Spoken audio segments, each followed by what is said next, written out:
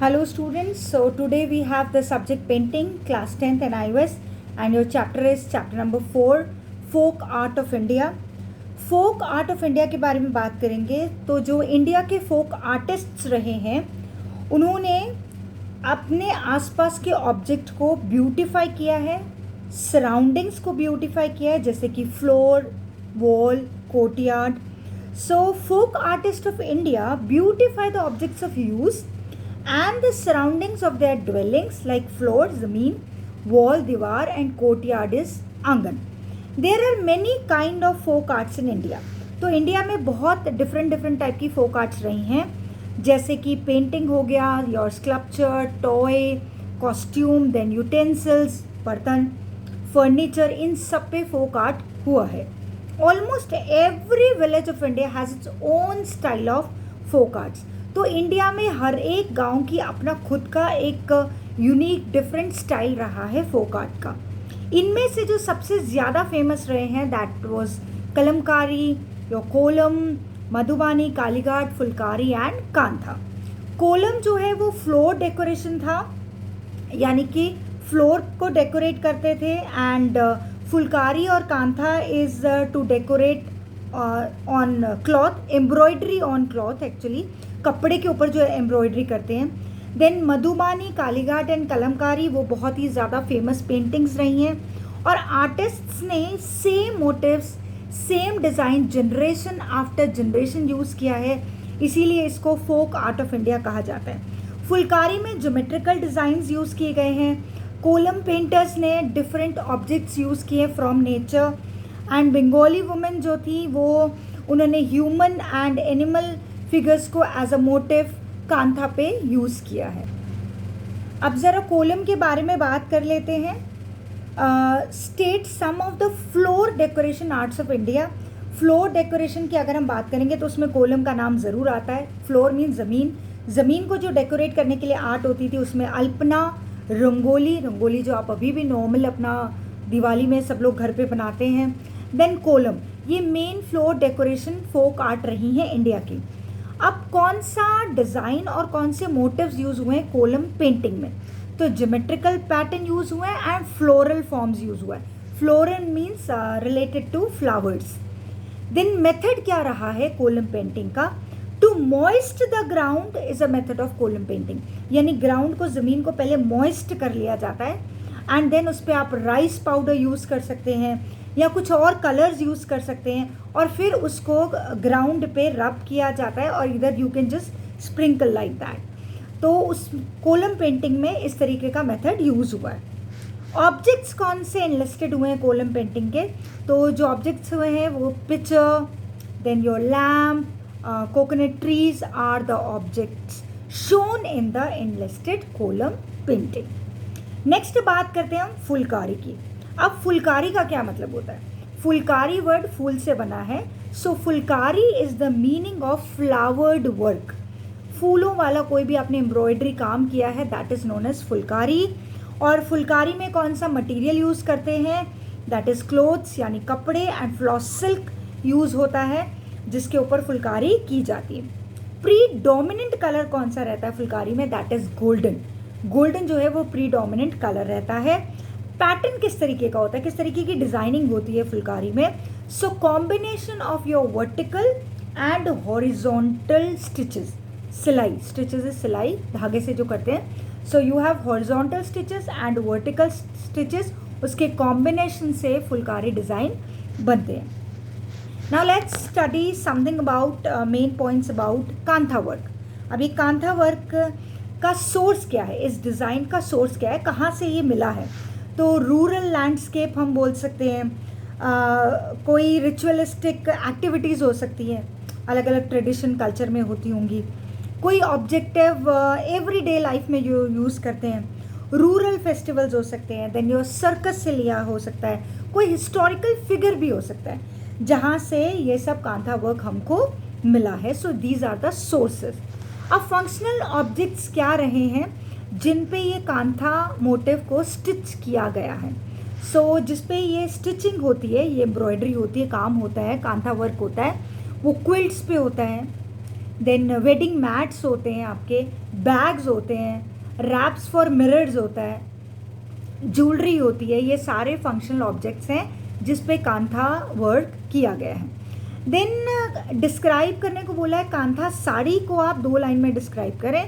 तो जो कांथा साड़ी है उसमें चेन स्टिचिंग होती है, तो जिस तरीके की एम्ब्रॉयडरी है कांथा साड़ी पे उसका नाम चेन स्टिचिंग है, जिसमें जो मेन कलर्स यूज़ किए जाते हैं that is your white, green, your purple, red, brown, yellow.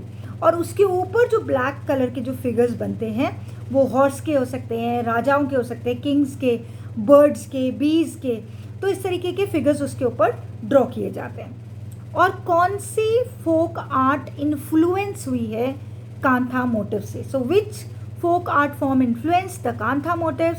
That is Kalighat and Patachitra are folk art influenced the kantha motifs. And now let's move to terminal exercise. So अभी तक जितना मैंने डिस्कस किया है, अगर आप अपनी बुक में ध्यान से देखेंगे तो जो भी मैंने डिस्कशन किया है वो आपका इन टेक्स्ट क्वेश्चंस एक्सरसाइजेस का है, दैट इज़ 4.1, 4.2 एंड 4.3। आपको ईजिली जब आप इसके आंसर्स रीड करेंगे और मेरे ये वीडियो सुनेंगे तो आपको ईजिली समझ में आ जाएगा।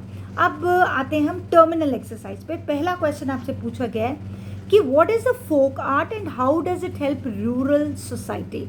तो फोक आर्ट किसको कहते हैं और इसने रूरल सोसाइटी में क्या इसका कॉन्ट्रीब्यूशन रहा है, इसने कैसे हेल्प किया है?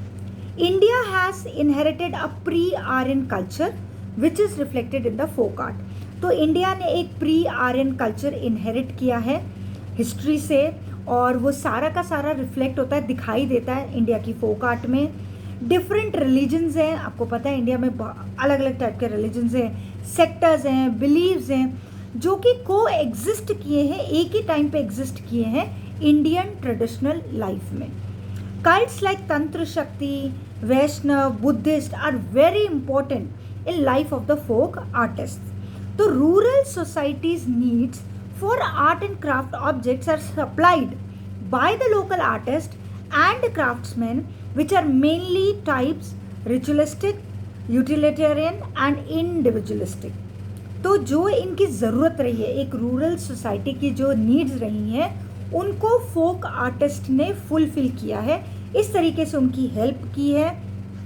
और फोक लोकल आर्टिस्ट ने उन सबको सप्लाई किया है, मतलब जिस तरीके की भी आपको आर्ट एंड क्राफ्ट ऑब्जेक्ट्स की ज़रूरत होती है, और वो मेनली किस टाइप के रहे हैं, रिचुअलिस्टिक रहे हैं, यानी कि रिचुअल से रिलेटेड, आपका वहाँ का कोई ट्रेडिशन है उससे रिलेटेड है। यूटिलिटेरियन है, यानी कि यूटिलिटी से रिलेटेड है, यूजफुल है। देन इंडिविजुअलिस्टिक है, अलग अलग विलेज का अलग अलग फोकस किया गया है। Many kind of ritualistic folk art भी रही है, जैसे कि pattachitra, pichwai, alpana, kolam. Decorative wood carving भी रही है, जो लकड़ी पे कार्विंग किया जाता है। Then embroidery, then basket work, basket is टोकरी, टोकरियाँ बनाना। देन अर्दनवेयर, अर्दनवेयर होता है आपका मिट्टी के बर्तन, तो वो भी सब बनते रहे हैं among the typical utilitarian folk art. Then made these all are made by the rural artist, बनाते थे गांव के ही लोग, वहीं के लोकल आर्टिस्ट बनाते थे, विदाउट एनी फॉर्मल ट्रेनिंग। उन्होंने कहीं से कुछ सीखा नहीं है, कोई फॉर्मल ट्रेनिंग नहीं ली है, कोई सर्टिफिकेट नहीं है, पर फिर भी वो बनाते थे। And most of these designs are repeated by generation after generation. तो अपने ही घर में सीख रहे हैं, दादा से पापा पे आया, पापा से बेटे पे आया, इस तरीके से उन्होंने काम सीखा है और किया है। For example, there are hardly any change in the motif of terracotta toys. तो जो बहुत साल पहले टेराकोटा टॉयज़ बनते थे, आज भी वो वैसे ही बनते हैं, कोई चेंज नहीं है। Those were also made in Harappa 5000 years before. 5000 साल पहले हड़प्पा कल्चर जब था तब भी टेराकोटा टॉयज़ बनते थे, और अब जब बनते हैं वो भी उसी टाइप के हैं। Some folk artist attempt to experiment with new forms from time to time and create an individualistic type of folk art. कुछ फोक आर्टिस्ट ने कोशिश की कि कुछ नए एक्सपेरिमेंट किए उन्होंने, और ये अटेम्प्ट भी किया कि कुछ टाइम टू टाइम, मतलब वक्त आने पर बार बार उनको चेंज किया, नए एक्सपेरिमेंट भी किए।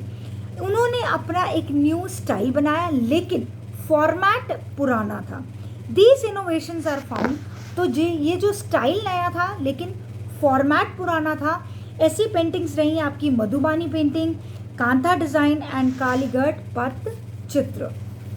Now let's come to, so your terminal exercise question number 2 is describe any one form of floor decoration of folk art style along with its method of preparation।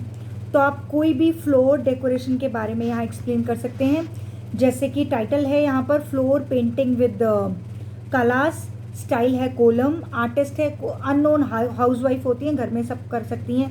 Medium है rice paste and pigments, चावल का आटा लिया है उसी से उसका paste बनाया है। 1992 में ये स्टार्ट हुआ था और साइट जो थी यानी जो जगह थी लोकेलिटी नियर थंजवुर इन तमिलनाडु। तो floor decoration is one of the most popular forms of art in any culture all over the world. तो फ्लोर डेकोरेशन सबसे ज़्यादा इम्पोर्टेंट आर्ट मानी जाती है और अलग अलग पार्ट ऑफ इंडिया में अलग अलग तरीके से हुई है, डिफरेंट मीडियम में हुई है। जैसे कई जगह अल्पना बनती है, बहुत सारे लोग रंगोली बनाते हैं, कोलम बनाते हैं, साही बनाते हैं। कोलम सबसे ज़्यादा इम्पोर्टेंट कल्चरल और रिलीजियस फेस्टिवल रहा है साउथ इंडियन का। तो पोंगल जब फेस्टिवल होता है तो ये डेकोरेटिव आर्ट वर्क जो है यानी ज़मीन पे जो डेकोरेट करते हैं उसको फ्लोर पे किया जाता है in front of the house, अपने घर के सामने। And on the space before the altar of the deity kolam, like other floor decorative arts India, it's a symbol of fortune. तो जैसे आप रंगोली बनाते हैं या कोलम जो आप ज़मीन पर डिज़ाइन बना रहे हैं वो एक सिंबल है फॉर्च्यून का। फॉर्च्यून मीन्स अच्छी किस्मत, गुड वाइब्स लेकर आता है वो। एंड डिज़ाइंस और मोटिव्स जो होते हैं वो ट्रेडिशनल है, जो चले आ रहे हैं, सेम आप डिज़ाइंस यूज़ करते हैं। डिज़ाइंस आपके फ्लोरल हो सकते हैं या ज्योमेट्रिकल फॉर्म्स हो सकता है। Floral means related to flower, फूलों की तरह हो सकते हैं, या फिर आपका ज्योमेट्रिकल पैटर्न हो सकता है। और फ्लोर को सबसे पहले वेट किया जाता है, मॉइस्ट किया जाता है बाय स्प्रिंकलिंग वाटर। इस तरीके से पानी छिटक के उसको ज़मीन को पहले गीला किया जाता है। Then dry coarse ground rice flour is held between the thumb and the four finger. इस तरीके से तो जो चावल का आटा है उसको अपने उंगली और थंब के बीच में इस तरीके से पकड़ते हैं and then they sprinkle like this. The hands keep on moving while the rice powder is wrought to release on the floor along the predetermined design। तो जो भी डिज़ाइन आपने बनाया, जैसे घर में सब रंगोली बनाते हैं, बिल्कुल उस तरीके से उस पर इस तरीके से स्प्रिंकल करते हैं। It is very important to continue the drawing as long as the possible without any pause. तो बिना पॉज के कोशिश रहती है कि उसको कंप्लीट किया जाए। देन नेक्स्ट क्वेश्चन नंबर 3 आता है आपका, right a note on kantha stitching. अभी कांथा जो है एक एम्ब्रॉयडरी होती है कपड़े के ऊपर, किस तरीके की होती है? बंगाल का है ये। तो Bengal has a delightful folk tradition of embroidery quilting known as kantha. Kanthas are made of discarded saris and dhotis. तो जो साड़ीज पहन के ख़राब हो गई है, निकालने वाली है, तो उस तरीके की साड़ीज़ और धोतीज पे किया जाता है, उसको यूज़ किया जाता है। These are sewn together to make it thick. तो पुरानी साड़ी और पुरानी धोतीज को एक साथ सिला जाता है ताकि कपड़े को मोटा किया जा सके। Kanthas are generally made by women of all class. In Bengal, particularly the old women, they use their spare time to sew these kantha by colored threads from the border of old sarees and are stitched along the border line, and the surface is filled with various design. तो जो वहाँ की जो बड़ी औरतें हैं, थोड़ी बुजुर्ग औरतें हैं, जिनके पास टाइम है ज़्यादा और कुछ काम नहीं है, तो वो ये काम करती हैं बंगाल में। And what they do actually, पुरानी साड़ियों का बॉर्डर से लेकर और पुरानी साड़ियों के धागे से लेकर वो उनको यूज़ करती हैं एंड देन उससे एम्ब्रॉयडरी की जाती है, जिससे कि क्विल्ट्स बनते हैं, वेडिंग मैट्स बनते हैं, बैग्स बनता है, रैप्स ऑफ मिरर बनता है, ज्वेलरी बनती है आपकी। मोटिव्स और डिज़ाइन जो लिए जाते हैं वो रूरल लैंडस्केप से लिए जाते हैं और मंडला आर्ट से लिए जाते हैं। मंडला इस डॉट डॉट वाली आर्ट होती है। Then objects from every day life, जो नॉर्मल डे लाइफ में हम यूज़ करते हैं, वहाँ वो ऑब्जेक्ट्स लिए जाते हैं, उसको हम डिज़ाइन कर सकते हैं।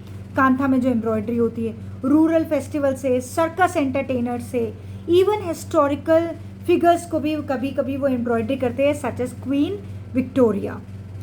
The motifs on this kanthas make it clear that the folk women were mostly illiterates. तो उससे जो एम्ब्रॉयडरी करती हैं वो ज़्यादातर कम पढ़ी लिखी हैं, उन्होंने कोई एजुकेशन नहीं ले रखी, कोई पढ़ाई नहीं की, बट हैड कीन power of observation for day by day happenings around them. लेकिन उनकी ऑब्जर्वेशन इतनी स्ट्रॉन्ग है बिना पढ़ाई के कि उनके आसपास क्या हो रहा है वो उसका पूरा ध्यान रखती हैं और उसी चीज़ को, उन्हीं डिज़ाइन को वो सारा यूज़ करती हैं। Enlisted kantha is a sari which is stitched in a typical traditional style और टेक्निक। ट्रेडिशनल स्टाइल और टेक्निक में वो स्टिच की हुई है। मोटिव्स जो है स्टाइलाइज्ड फॉर्म में ह्यूमन एंड एनिमल फिगर्स को ड्रॉ किया गया है और जो बेस कलर लिया है वो पिंक कलर है और उसकी जो स्टिचिंग की हुई है वो चेन स्टिचिंग बोलते हैं। अलग अलग कलर के धागों से की गई है जैसे कि वाइट या green, purple, red, brown, yellow, grey and black.